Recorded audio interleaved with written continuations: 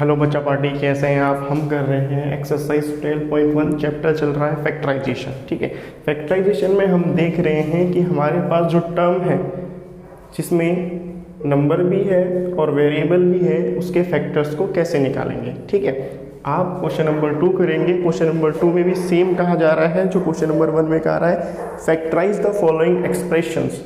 आपके पास ये एक्सप्रेशन है। एक्सप्रेशन किसे कहते हैं? एक्सप्रेशन हम उस टर्म को कहते हैं जो हमारे पास बहुत सारे टर्म से मिलके कंबाइंड एक्सप्रेशन बनता है। जैसे कि यहाँ पे एक टर्म है, माइनस का साइन है और दूसरी टर्म है, तो ऐसे टर्म्स वाले चीज़ों को कहा जाता है एक्सप्रेशन। ठीक है, अब कहा जा रहा है कि इसमें इसको फैक्टराइज करिए। अगर आप क्वेश्चन नंबर 1 और 2 देखेंगे 12.1 का, ठीक है, तो उसमें होगा क्या? उसमें ये है कि आपके पास जो फर्स्ट वाला है उसमें कॉमा गिवन था और इसमें बीच में माइनस गिवन है, यानी कि इन दोनों को क्या करा जा रहा है, कंबाइन करा जा रहा है विद एडिशन और सब्ट्रैक्शन के साइन से। अब इनके फैक्टर्स किस तरीके से हम निकालेंगे वो हम देखेंगे। सबसे पहले हम क्या करेंगे, 7 और x का फैक्टर निकालेंगे। ठीक है, 7 और x के क्या फैक्टर्स रहेंगे? 7 इंटू x, यही इसके फैक्टर है। ठीक है, और we can say the prime factor है। जब हम इन दोनों को इंटू करेंगे तो 7 आएगा। 42 का निकालते हैं।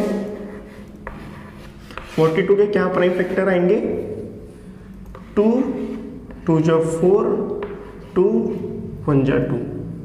ठीक है, 3, 7 जा 21, 7, 1 जा 7।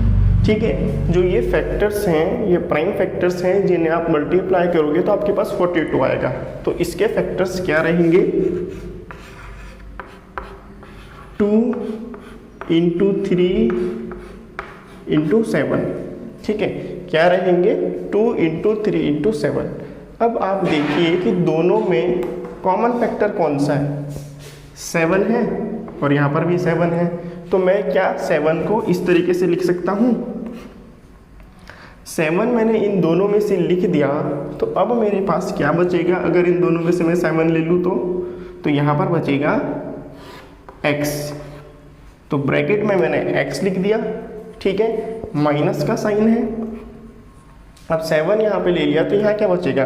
2, 3 जा 6।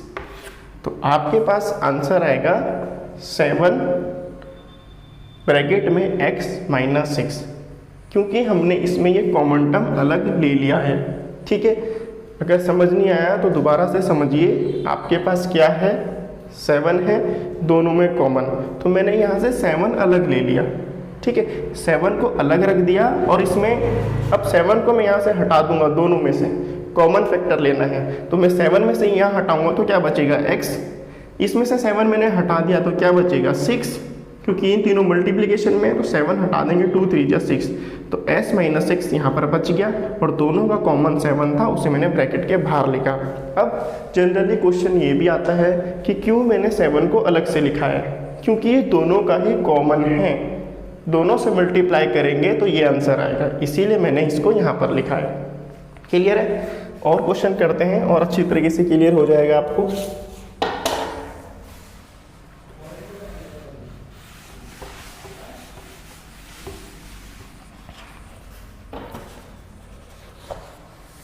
इसका क्वेश्चन करेंगे अब 4th पार्ट।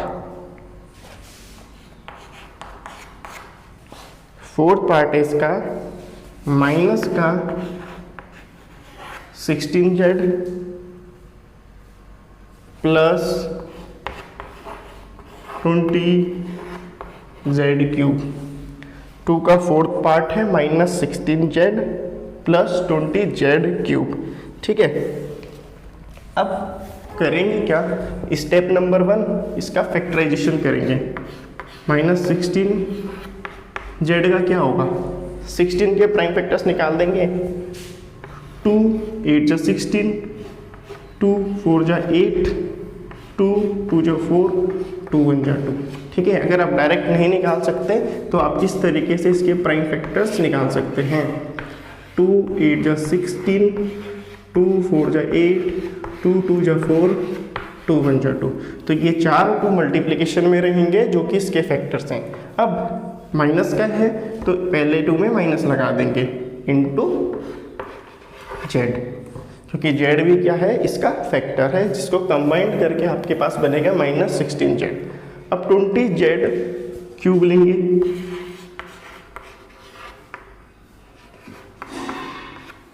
ठीक। इसके फैक्टर्स देखते हैं।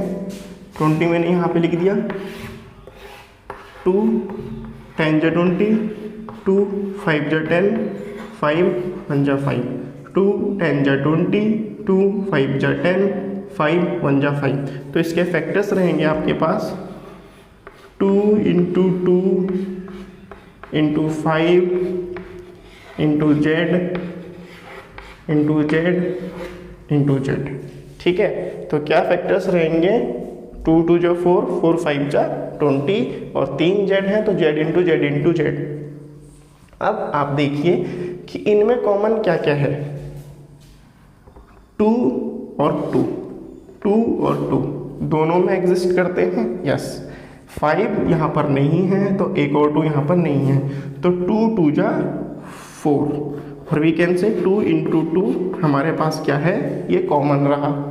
अब इसको छोड़ के अब बचेगा क्या, ब्रैकेट में लिखेंगे उसे, जो हमारे पास बच जाएगा इन दोनों 2 को छोड़ के माइनस बचा और ये वाली वैल्यूज बची, वो क्या है 2 इंटू 2 इंटू जेड, ठीक है। ध्यान से देखिए, -16 जेड में 2 इंटू 2 कॉमन है जो दोनों में है, तो कॉमन वैल्यू मैंने अलग से ले ली।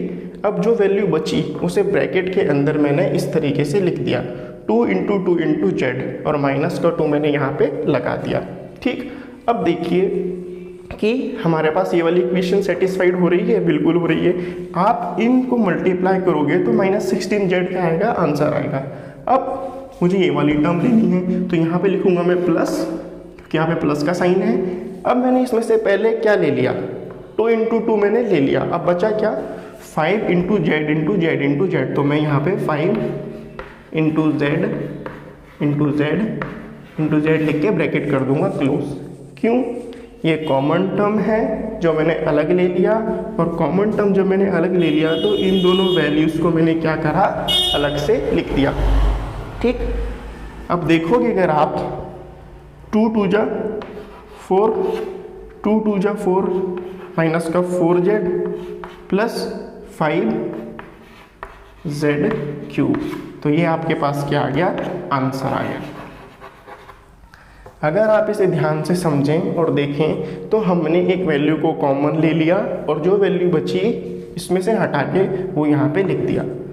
आप आंसर भी चेक कर सकते हैं, इसको इससे मल्टीप्लाई करेंगे तो ये आंसर आएगा, फिर इसको प्लस से मल्टीप्लाई करेंगे तो प्लस आएगा, देन इसको इससे मल्टीप्लाई करेंगे तो ये आंसर आएगा। तो फैक्टराइज का मतलब हमने कॉमन फैक्टर को अलग लिख लिया है। क्लियर है? आई होप आपको समझ में आ गया होगा।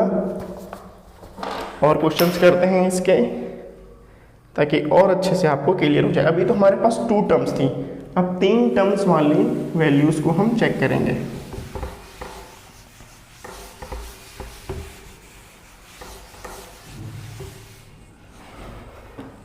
तीन टर्म्स वाली वैल्यूज़ कौन कौन सी है आपके पास? सेकंड का 7, सेकंड का 7 पार्ट है 10a square minus 15b square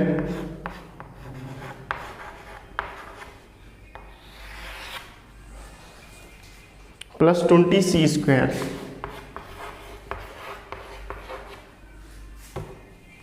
ten A square minus 15b square plus 20c square. अब देखिए इसमें 3 टर्म्स हैं, तीनों के फैक्टर्स हम निकाल लेंगे।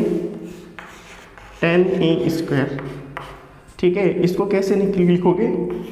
2 इंटू 5, 2 5 जा 10 और a स्क्वायर कैसे आएगा? a इंटू ए।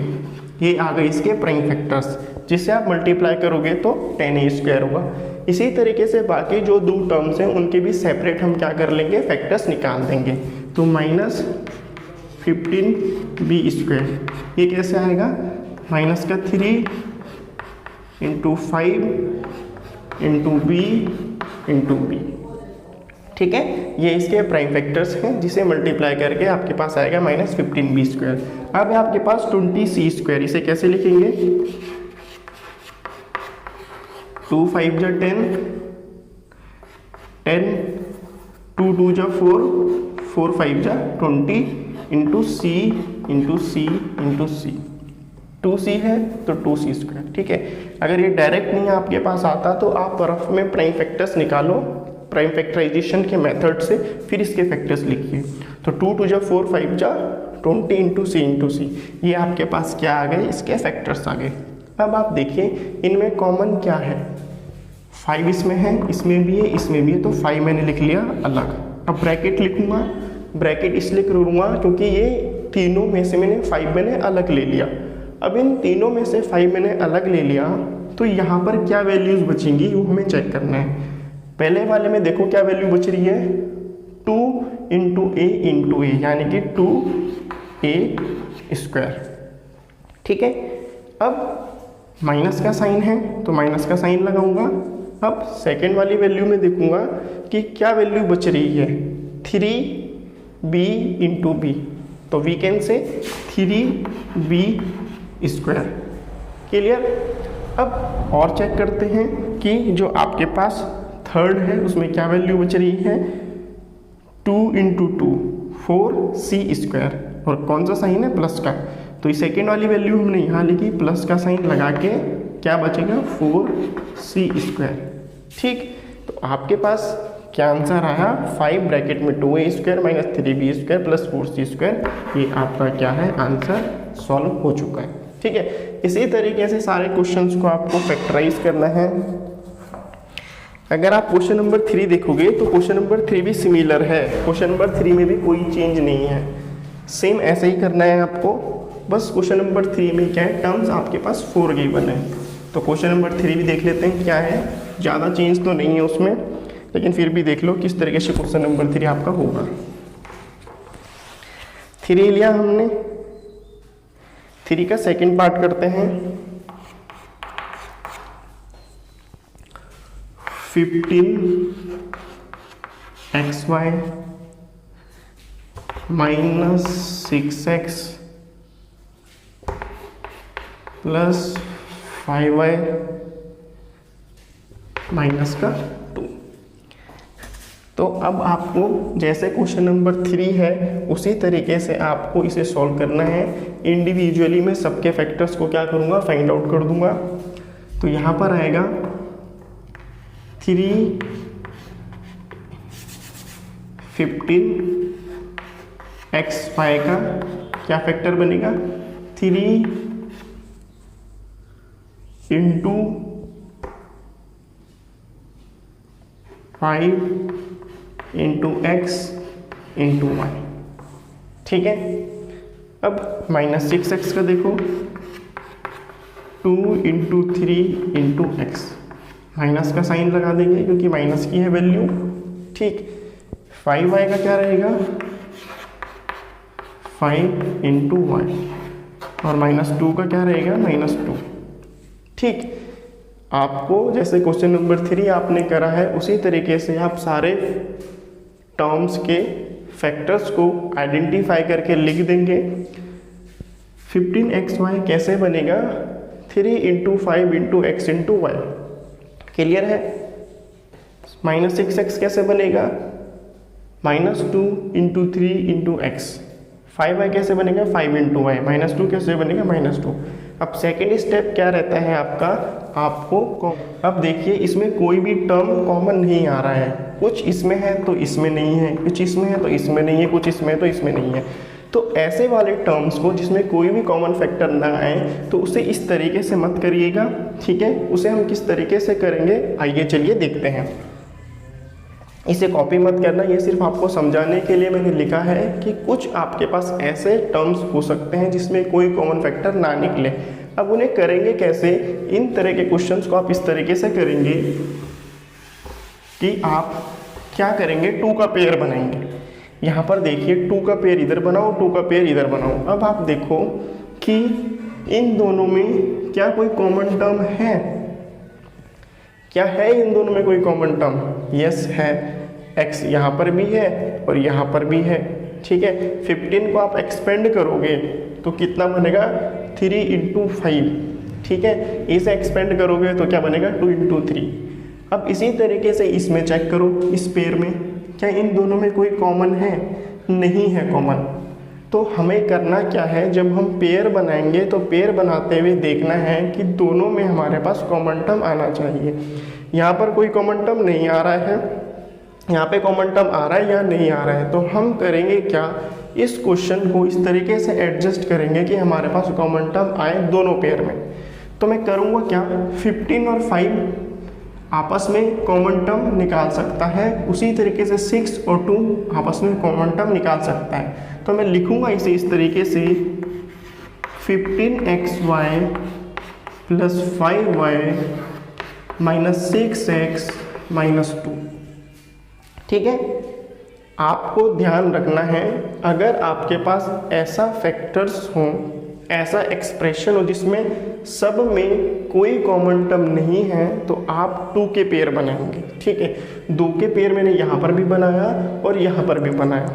ठीक, अब मैंने यहाँ पे जो ये दोनों का पेयर बनाया था, इसमें कॉमन टर्म आ रही थी और यहाँ पे कॉमन टर्म नहीं आ रही थी। तो हमें ऐसे पेयर बनाने हैं जिसमें कॉमन टर्म होंगे। तो इनमें भी कॉमन टर्म फाइंड आउट हो जाएगा, इनमें भी कॉमन टर्म फाइंड आउट हो जाएगा। ठीक है, अब नेक्स्ट स्टेप में आप करेंगे क्या, इनके कॉमन टर्म्स ले लेंगे। दोनों में कॉमन क्या है? 5, तो मैंने 5 लिख दिया। ठीक, अब नेक्स्ट स्टेप में करूँगा क्या मैं, और क्या कॉमन है दोनों में? y, तो मैंने यहाँ पे y लिख दिया।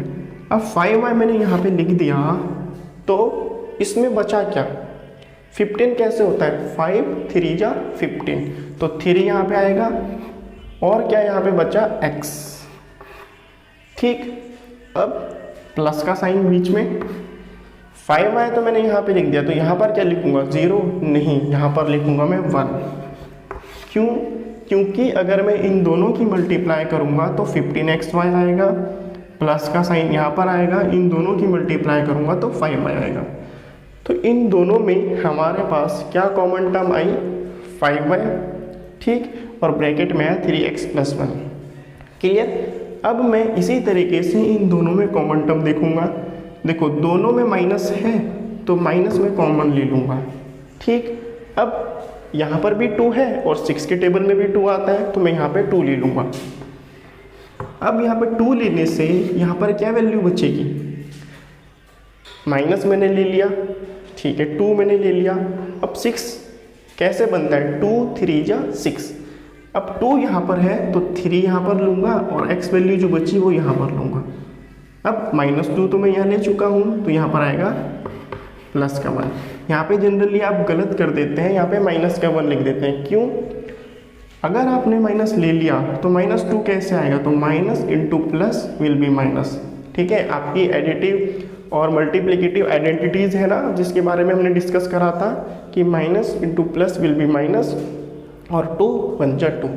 तो अब आप देखिए 3x + 1 दोनों में कॉमन टर्म है, तो हम करेंगे क्या? 5y - 2 एक सेपरेट ब्रैकेट में आ जाएगा और 3x + 1 आपका सेपरेट ब्रैकेट में आ जाएगा। अगर आप चेक करना चाहें कि आपका आंसर ये है या नहीं है, तो आप चेक कर सकते हैं।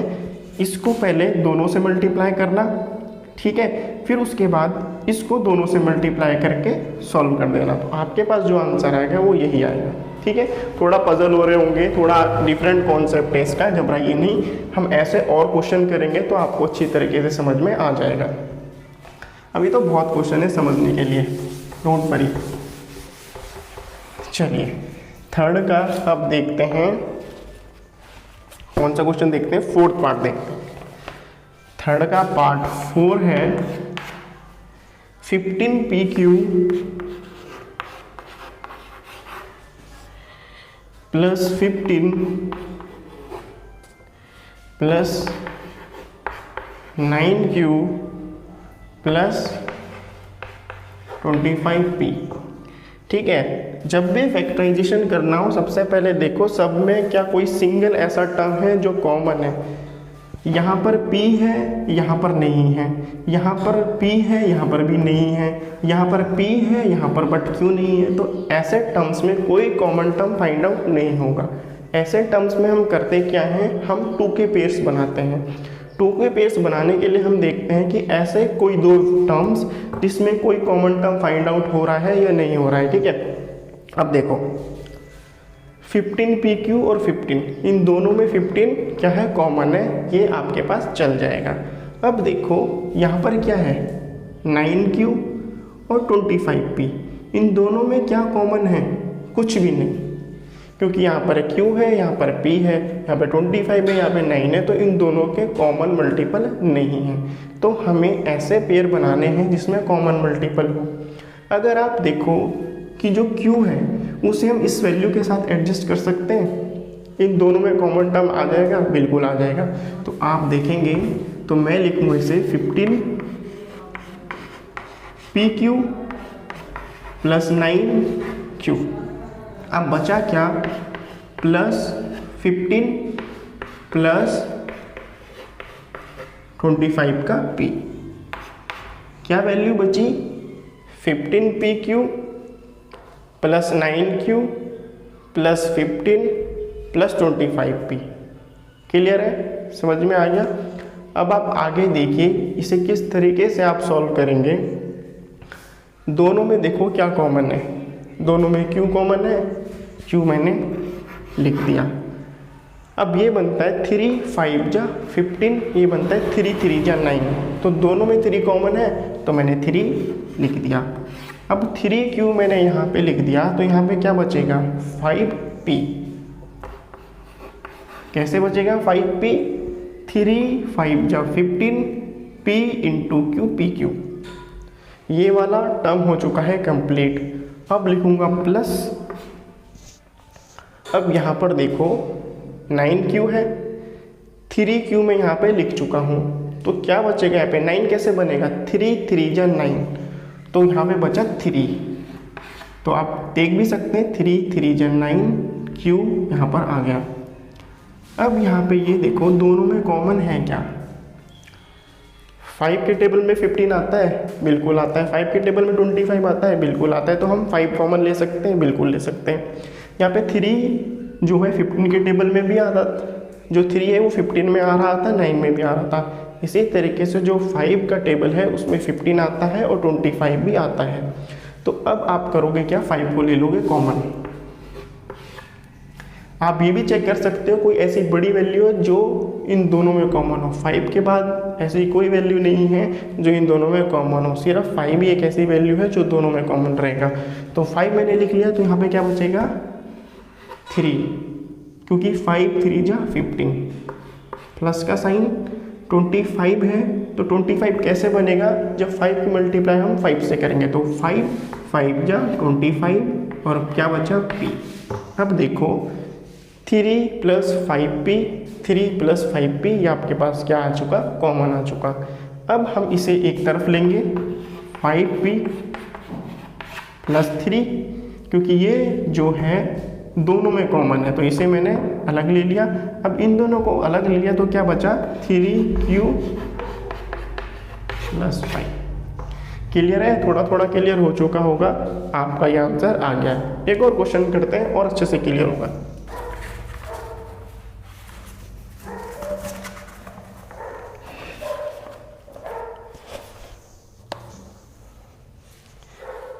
चलिए देखिए 3 का फर्स्ट करते हैं, ठीक है। कई तो ऐसे होंगे जो फर्स्ट में ही अटक रहे होंगे, तो 3 का फर्स्ट देखो क्या है, x² plus xy plus 8x plus 8y, x² plus xy plus 8x plus 8y। ठीक, अब आप देखिए कि इनको आपको कैसे सॉल्व करना है। अब ये क्या है, x² xy, इन दोनों में क्या कॉमन है, x हम इसमें कॉमन ले सकते हैं, हाँ। इन दोनों में क्या कॉमन ले सकते हैं हम, 8 कॉमन ले सकते हैं। तो इसमें आपको इधर उधर वैल्यूज़ को करने की ज़रूरत नहीं है, आप यहाँ पर से कॉमन वैल्यूज़ को उठा सकते हैं। अब मैंने यहाँ पर x कॉमन ले लिया इन दोनों में, क्योंकि ऐसी कोई वैल्यू नहीं है जिसमें सारी वैल्यूज़ कॉमन है। इसमें x है बट इसमें नहीं है। तो हमें फैक्टराइजेशन करने के लिए 2 का पेयर बनाना है। तो मैंने एक इन दोनों वैल्यूज़ का पेयर बनाया, कि इन दोनों वैल्यूज़ का पेयर बनाया। क्लियर। अब देखो x मैंने ले लिया, तो एक्स स्क्वायर कैसे बनेगा, x इंटू एक्स, इसे ले लिया मैंने ब्रैकेट में, प्लस एक्स वाई कैसे बनेगा, x इंटू वाई। तो x into x x square plus x into y x y. Clear. अब इन दोनों में कॉमन लिखते हैं, क्या कॉमन है, 8। अब 8 यहाँ से हटा दिया तो क्या बचा, x प्लस का साइन y। अब देखो x प्लस वाई दोनों में कॉमन है, तो मैंने लिखा x प्लस वाई और ये हुआ x प्लस 8। तो ये हो चुका आपके पास सॉल्व और फैक्टराइजेशन भी इसका हो चुका। ठीक है, तो ध्यान से समझिए, क्वेश्चंस को प्रैक्टिस करें। जितने अच्छी तरीके से आप क्वेश्चंस को प्रैक्टिस करेंगे उतने अच्छी तरीके से आपको समझ में आएगा। तो आज के लिए इतना ही। वीडियो को लाइक जरूर करें, सब्सक्राइब करें, चैनल को शेयर करें, और कोई भी क्वेरी हो छोटी से छोटी कमेंट सेक्शन में